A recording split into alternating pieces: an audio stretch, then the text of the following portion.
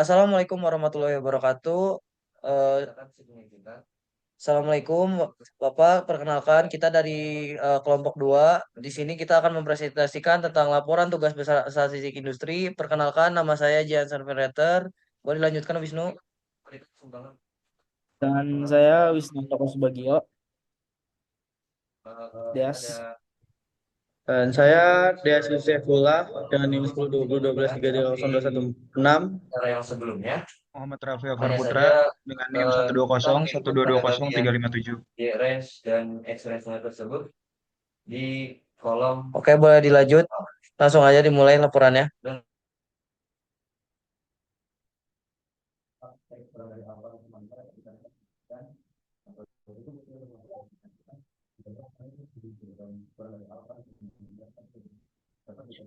Baik, dari studi kasus yang sudah diberikan, kita dapat mengerjakan nomor satu, yaitu jika Anda dan tim diminta untuk melakukan eksperimen dengan pengambilan sampel data terlampir masing-masing untuk setiap metode sebanyak 30 baterai, tentukan A, teknik pengambilan sampel apa yang Anda gunakan dan bagaimana prosedurnya.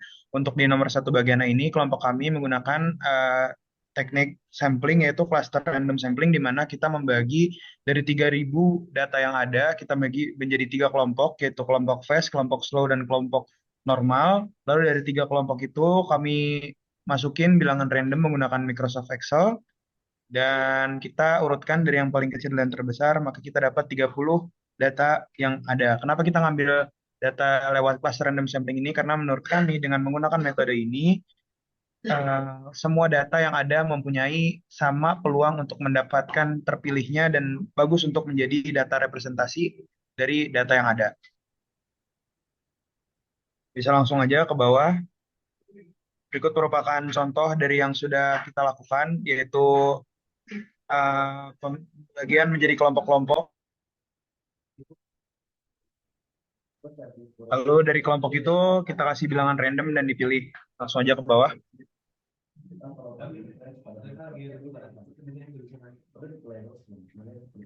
Nah, dari nomor satu yang B ini, untuk hitung rataan setiap parameter dan bagaimana implementasi secara teknis, kita menggunakan Microsoft Excel untuk mencari nilai average dari 3 kelompok yang sudah kita buat. Maka dari itu, kita mendapatkan nilai-nilai seperti berikut.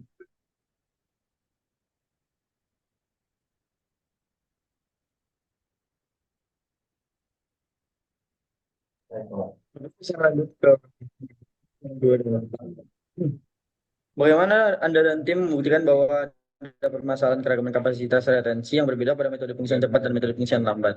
Nah, untuk jawab pertanyaan ini, untuk membuktikan bahwa adanya permasalahan keragaman kapasitas retensi yang berbeda pada metode pengisian cepat dan metode pengisian lambat, diuji dengan F-test to sample for variances. Nah, berikut data yang kami dapatkan dari uji tersebut.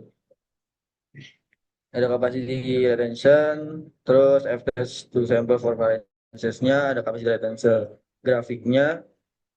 Nah, kesimpulan di sini, jadi kita menyimpulkan bahwa tidak ada perbedaan yang signifikan pada waktu yang dibutuhkan untuk mengisi baterai, baik itu metode pengisian fast maupun slow, sesuai dari hasil tabel yang kita dapatkan. Nah, dari nomor 2 yang B ini, kita disuruh menjelaskan bagaimana cara melangkahnya, cara langkah-langkahnya. Yaitu yang pertama adalah siapkan sampel data untuk menghitung uji hipotesis statistik. Terdapat 2 data tabel, yaitu fast dan slow. Nah, langkah yang kedua yaitu pilih menu pada bagian atas, lalu klik bagian data, dan lalu klik data analisis. Nah, setelah muncul tampilan dari data analisis tersebut, kita pilih bagian analisis. Setelah tampilan analisis terus, kita pilih bagian F-test to sample for variances. Nah, terus klik OK. Nah, langkah keempat yaitu setelah mengambilkan F-test to sample for variances-nya, pilihan variabel 1 range untuk data fast dan variabel 2 range untuk data slow. Lalu checklist bagian label, terus pilih checklist bagian output range, terus pilih di mana kita untuk menampilkan hasilnya.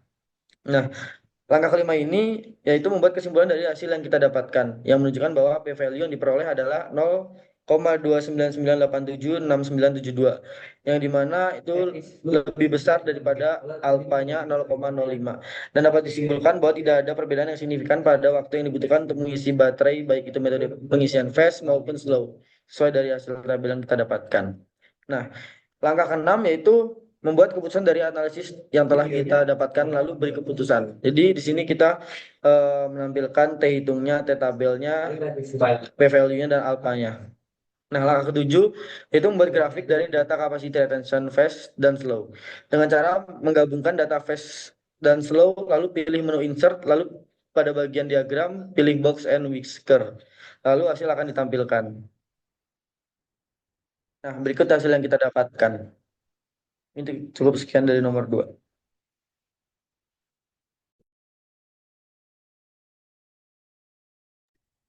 Oke, saya akan melanjutkan mengerjakan soal nomor 3 itu soal 3. Kita di sini ditanya, jika pihak perusahaan ingin membuktikan bahwa metode pengisian baterai memberikan pengaruh terhadap kapasitas retensi baterai setelah 500 siklus pengisian dan pengosongan. Yang pertama tuh bagaimana Anda dan tim dapat membuktikan bahwa ada pengaruh metode terhadap pengisian baterai yang berkapasitas retensi setelah 500 siklus pengisian dan pengosongan. Lalu kesimpulan yang kita dapatkan adalah pada CO3 ini adalah kita mengsignifikansi dari metode pengisian baterai terhadap kapasitas retensi baterai setelah 500 siklus pengisian dan pengosongan. Perusahaan dapat mempertimbangkan untuk melakukan eksperimen ulang dengan jumlah sampel yang lebih besar atau menggunakan metode pengisian yang lebih bervariasi untuk memastikan hasil yang lebih akurat.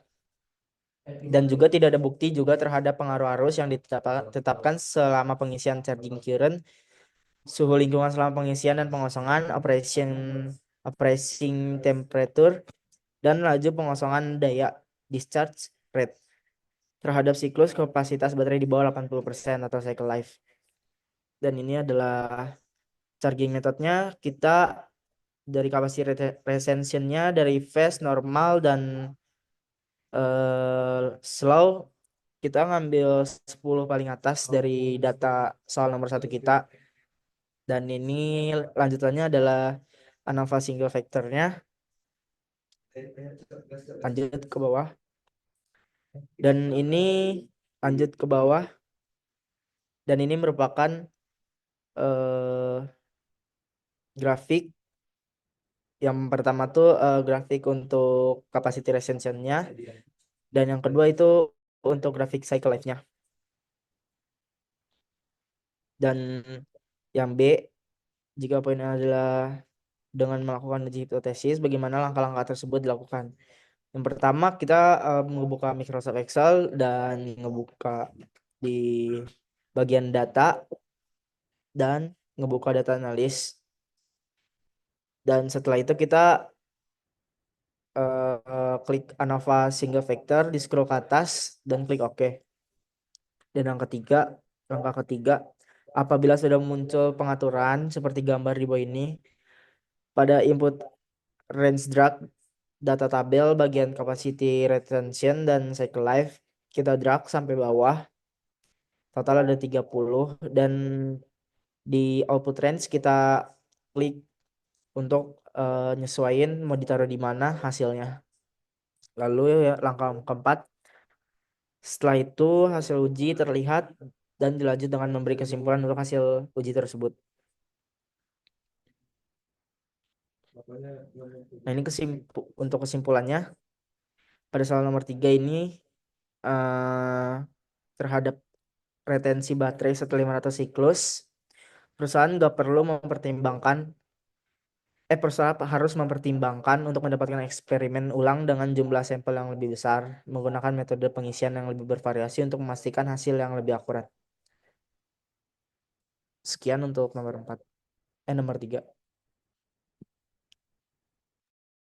Selanjutnya saya akan menjelaskan tentang nomor 4, yaitu dengan calon 3 dan 4 dulu terlebih dahulu. Jadi pertanyaan yang pertama adalah bagaimana Anda dan tim membuktikan bahwa ada pengaruh dari variabel kondisi pengoperasian baterai terhadap jumlah siklus baterai hingga kapasitas baterai turun di bawah 80%. Nah, setelah kita analisis yang itu pertama, analisis phase method, dari data Excel ketiga variabel memberikan pengaruh dengan presentase yang didapat oleh tim kami berdasarkan ketiga variabel tersebut sebesar 91,43%. Dengan analisis summary output pada charging method phase yang didapat sebagai berikut. Coba scroll ke bawah. Bisa dilihat sendiri itu dari summary outputnya di R square itu terdapat 0,991 434949 itu udah kalau misal dipresentasekan itu bakal menjadi 91,43%. Nah, setelah dari situ kita juga lihat nih terdapat variabel apa aja yang berada di tabel berikutnya yang dimana kita melihatnya itu kita analisis melalui p-value. Nah, dari yang pertama itu kita menggunakan tiga variabel. Yang pertama merupakan variabel charging current bernilai 0,037 yang nilai tersebut kurang dari 0,5 dan hasil tersebut membuktikan bahwa variabel ini cukup bukti untuk mempengaruhi circle life. Yang kedua merupakan variabel operating temperature bernilai 0,00777. Nilai tersebut juga sama, kurang dari 0,05 dan hasil tersebut membuktikan bahwa variabel cukup bukti untuk mempengaruhi cycle of life. Yang ketiga, variabel discharge rate bernilai 0,027 dan nilai tersebut sama juga kurang kurang dari 0,05, maka variabel ini cukup bukti untuk mempengaruhi single life. Yang kedua, kita melakukan analisis di normal method. Nah, bisa kita lihat di dalam S-square-nya ini terdapat pengaruh yang bernilai 0,9463 yang dimana kalau misal dipresentasikan itu menjadi 94 eh, 104,63%. Nah, setelah dari situ mari kita lihat dari tabel berikutnya yang dimana ini merupakan variabel-variabel yang berpengaruh. Yang pertama, variabel charging current bernilai 0,063. Nilai tersebut lebih dari 0,05. Nah, maka variabel ini bisa dibilang tidak signifikan dan tidak cukup bukti untuk mempengaruhi cycle life. Yang kedua, variabel opening temperature bernilai 6,277. Nilai ini juga sama, terlebih dari 0,05, maka membuktikan bahwa variabel ini juga tidak signifikan dan tidak cukup untuk mempengaruhi. Yang ketiga, variabel discharge rate yang dimana 0,006 bisa dibilang ini kurang dari 0,05. Maka dari itu variabel ini cukup bukti untuk mempengaruhi cycle life. Boleh dilanjut? Kelebihan, kelebihan dong. Atas sedikit, atas sedikit. Nah, selanjutnya aku mau jelasin tentang analisis analisis slow method yang dimana di sini tuh dari R-square-nya itu sendiri terdapat data 0,8378 yang dimana itu presentasinya bakal berubah menjadi 83,78. Setelah dari situ boleh dilanjut ke bawah. Terima kasih. Setelah dari situ tuh terdapat variabel yang mengubahnya. Pertama itu variabel changing current yang bernilai 0,01. Berarti itu kurang dari 0 apa? Berarti membuktikan cukup bukti untuk mempengaruhi cycle life. Yang kedua, variabel operating temperature 0,0018 bisa bilang itu kurang juga. Berarti itu membuktikan tidak cukup bukti untuk mempengaruhi cycle life. Yang ketiga, variabel discharge rate yang dimana itu juga merupakan variabel yang kurang dari 0,5, maka bisa dibilang variabel ini cukup bukti untuk mempengaruhi cycle life. Nah, yang B ini merupakan setelah kita menguji hipotesisnya, langkah-langkah yang tertera bagaimana cara menemukan angka-angka variabel change ini. Yang pertama, kita menentukan 10 sampel paling atas dari data yang nomor satu. Setelah dari situ, boleh di bawah, scroll ke bawah, tolong. Terima kasih. Setelah dari situ, seperti biasa, kita menggunakan data analisis yang berada di menu toolbar data, dan yang berbedakannya di sini kita menggunakan menu regression. Setelah dari situ, bagaimana cara pengoperasiannya? Yang X itu kita menggunakan tabel yang pertama dan dan Y-nya pun itu menggunakan tabel dari charging current sampai discharge rate. Boleh di scroll ke bawah? Terima kasih. Nah, setelah dari situ pun kita meletakkan output range-nya itu berada di eh, sebelah kolomnya yang terlalu jauh dan itu pun terlihat dari koordinasi yang telah dicontohkan di dalam gambar. Boleh ke bawah lagi?